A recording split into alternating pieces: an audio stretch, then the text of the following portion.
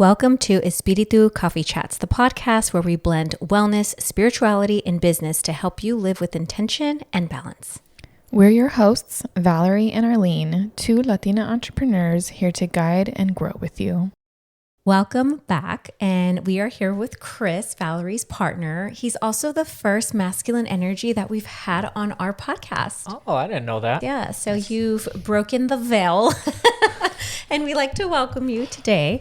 But you've already had a wonderful episode with your partner, Valerie, with your fiancé, all about understanding finances, Bitcoin, and really understanding that journey. And I was in the room listening like a fly on the wall. And I was like, oh my gosh, that's such an eye-opening conversation. I think what really struck chord with me was because I have children and I have a little alpha baby, Delilah, she's 10. And then, I have my oldest and my middle child, but the youngest is 10 and she's a legit alpha child. And just realizing like the world is going to be different.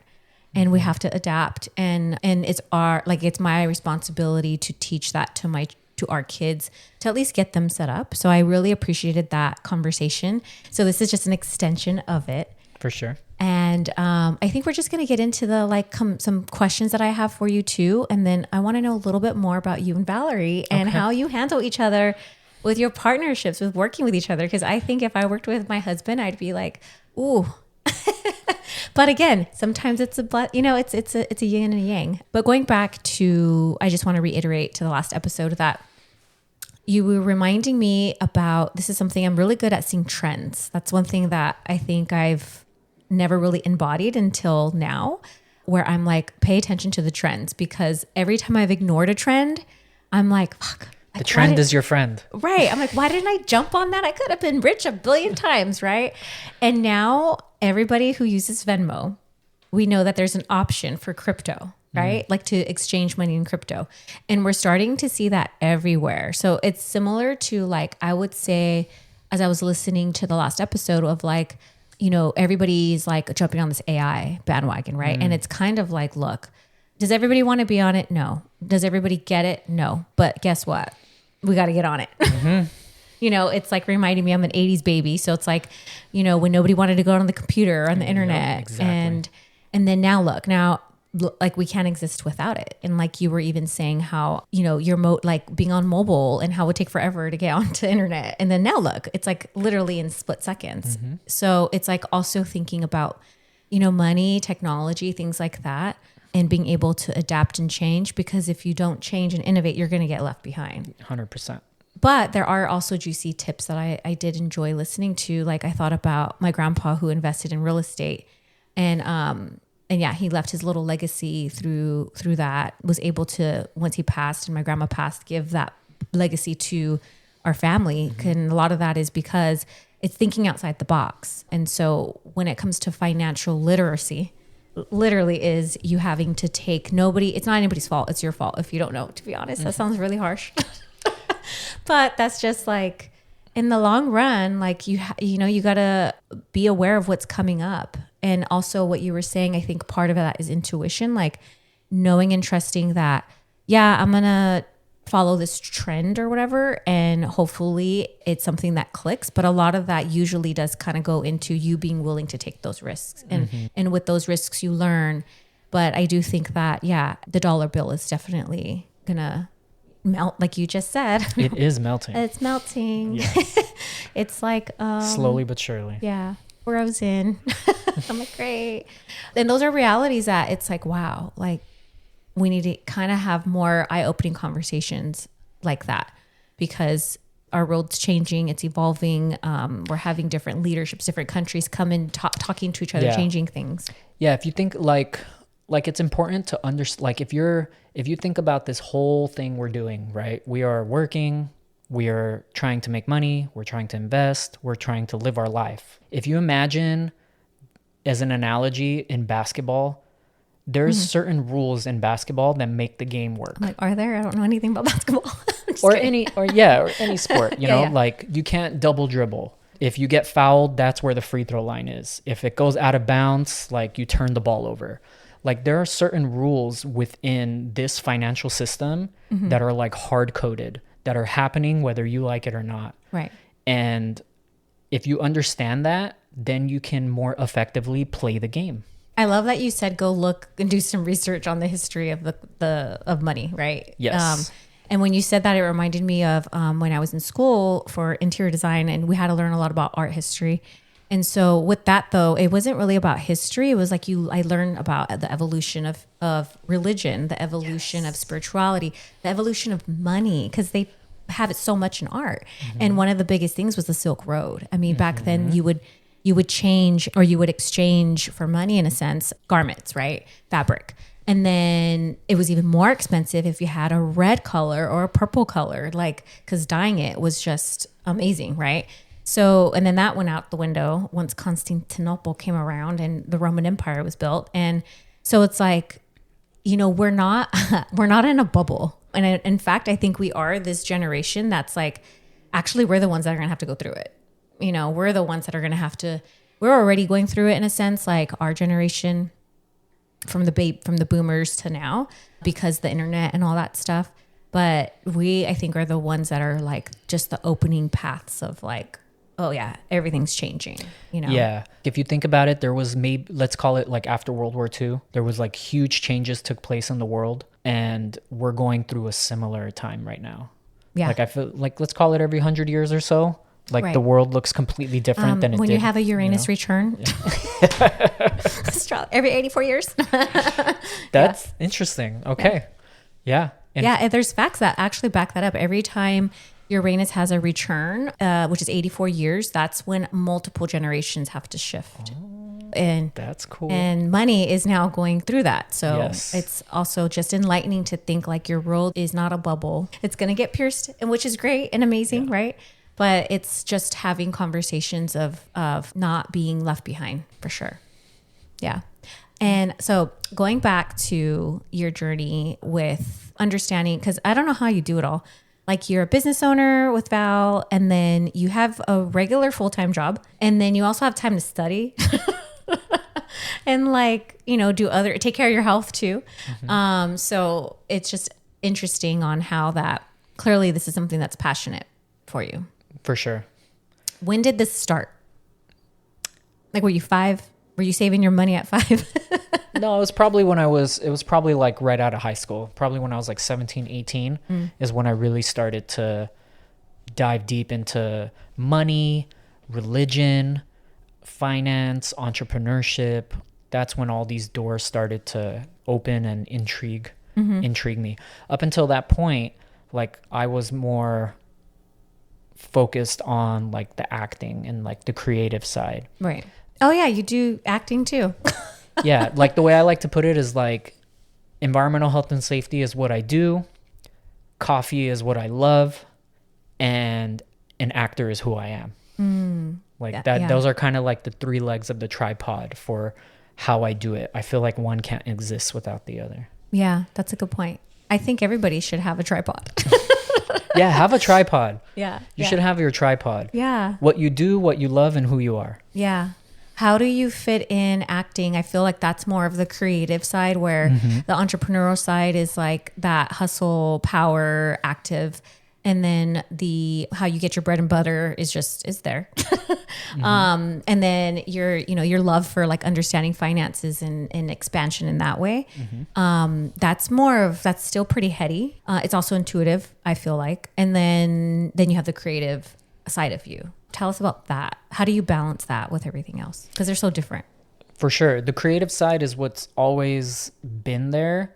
And I always fall back to it when I feel overwhelmed from the other two. And I kind of like the coffee business and the entrepreneur side because you get to jump back and forth between the two. Yeah. You get to play in both spaces, which is why business can be so cool. But yeah, the acting, it's kind of like my happy place. It's like my comfort zone. It's like, it's where it's my escape.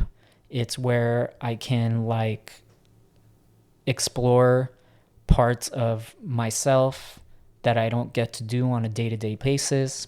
I hate talking too much about myself, and I don't, like Val would have said it, like I don't open up that much, but like when I'm in that creative space, whether it in this medium of storytelling, whether it's writing, acting, stage, whatever it is, that's when I like feel like I'm most myself. Yeah. That's when all my portals open. He has arrived.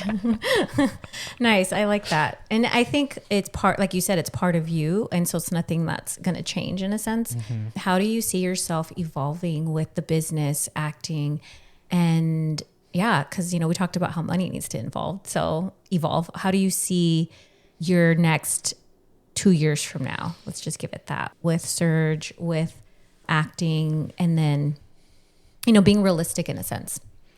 Yeah, with Surje Coffee, continue to work with Valerie to help grow the brand, grow the business, grow the sales, grow our customer base, perfect the product and the service.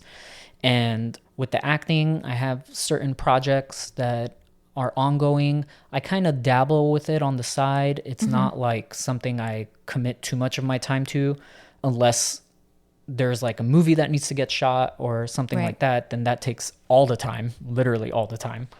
But like in the next 2 years, kind of like I said in the first episode, I'm just always paying attention to what doors can open. That's why I'm always kind of like dabbling. I never take my foot out. I always peek through to see what opportunities can come. I'm always just trying to play in that creative space. Like if I feel I'm overwhelmed with the business, if I feel I'm overwhelmed at work, I always have that creative outlet. Yeah. Yeah, that's for sure needed, especially both sound pretty intense.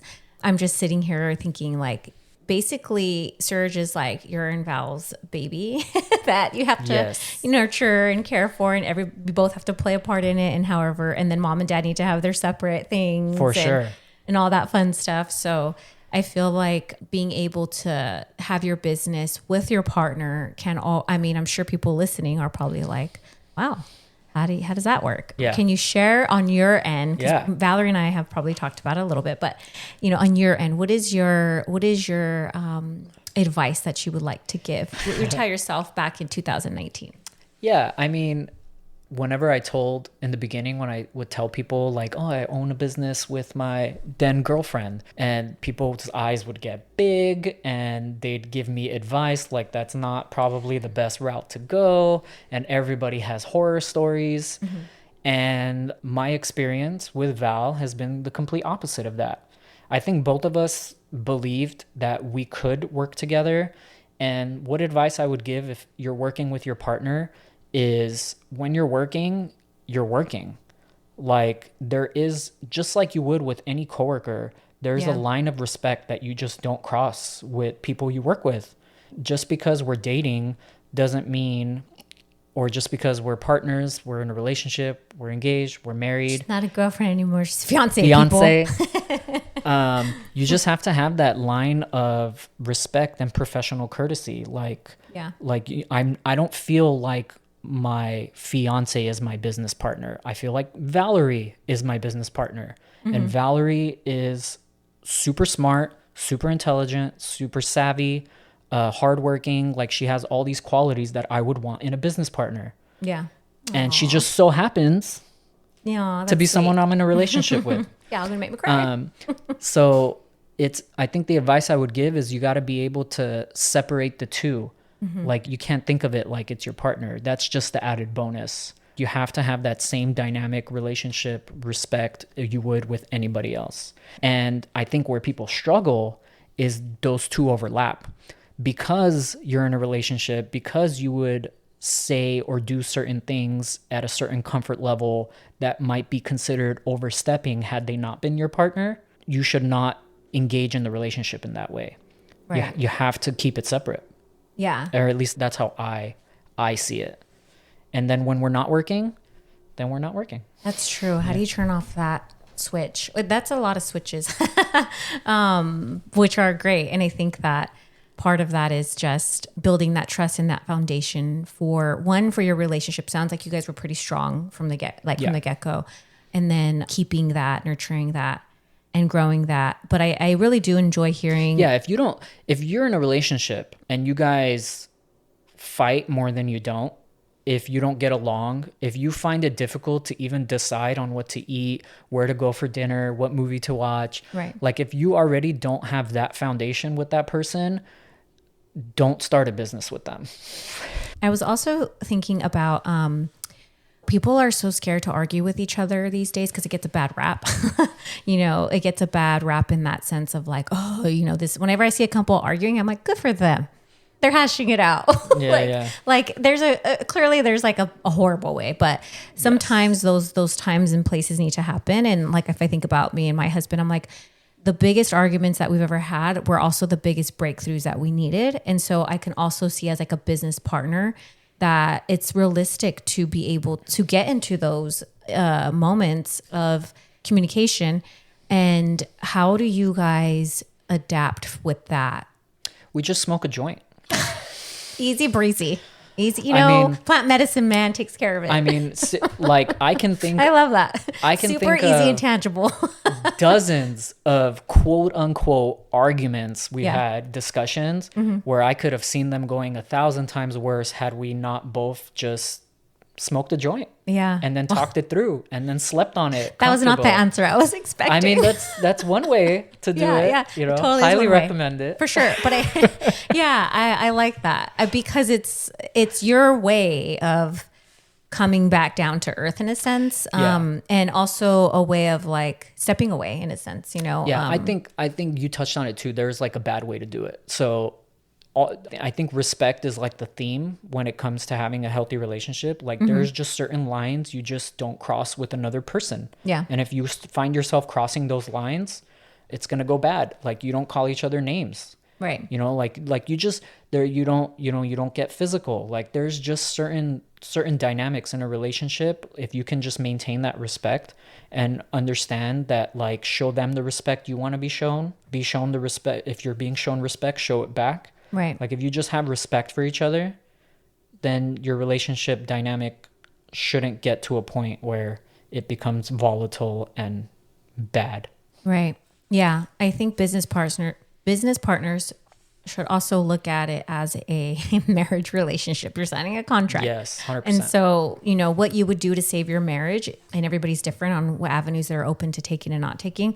I think it's the same thing for a business partner. Like you have to kind of there's times where it's going to get hard and rough, and it's not always fucking a walk in the park, but taking those walks in the park with the joint in hand might help a little. Okay, we're going to leave off with one last question. Sure. This one's a little emo. So what's something surprising you've learned about love through entrepreneurship? Okay. You want me to repeat it? Yeah, one more time. Okay. What's something surprising you've learned about love through entrepreneurship? I feel like you need,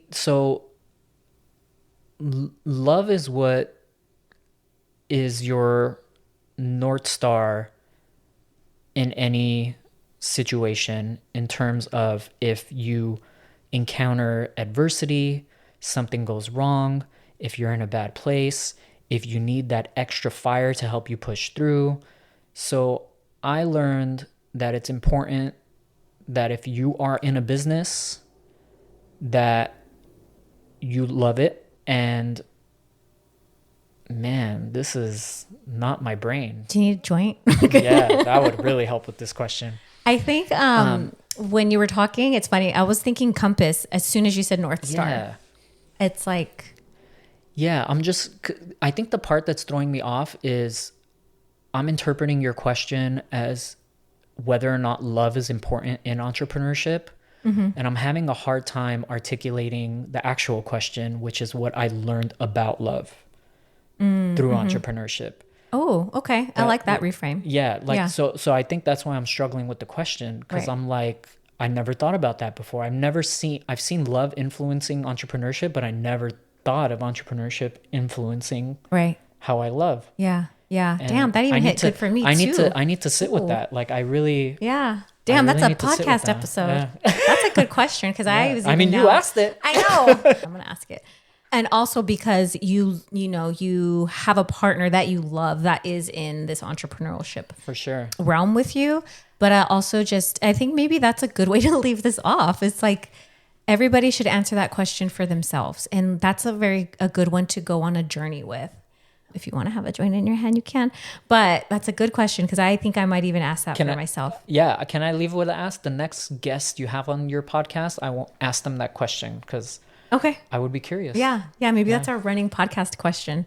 Yeah, that would be interesting to kind of see how everybody responds and reacts to that. Because I think I felt very similar to you. Like when you said North Star, I was like compass, and I was like, okay. And I was like, actually, I don't really. Yeah.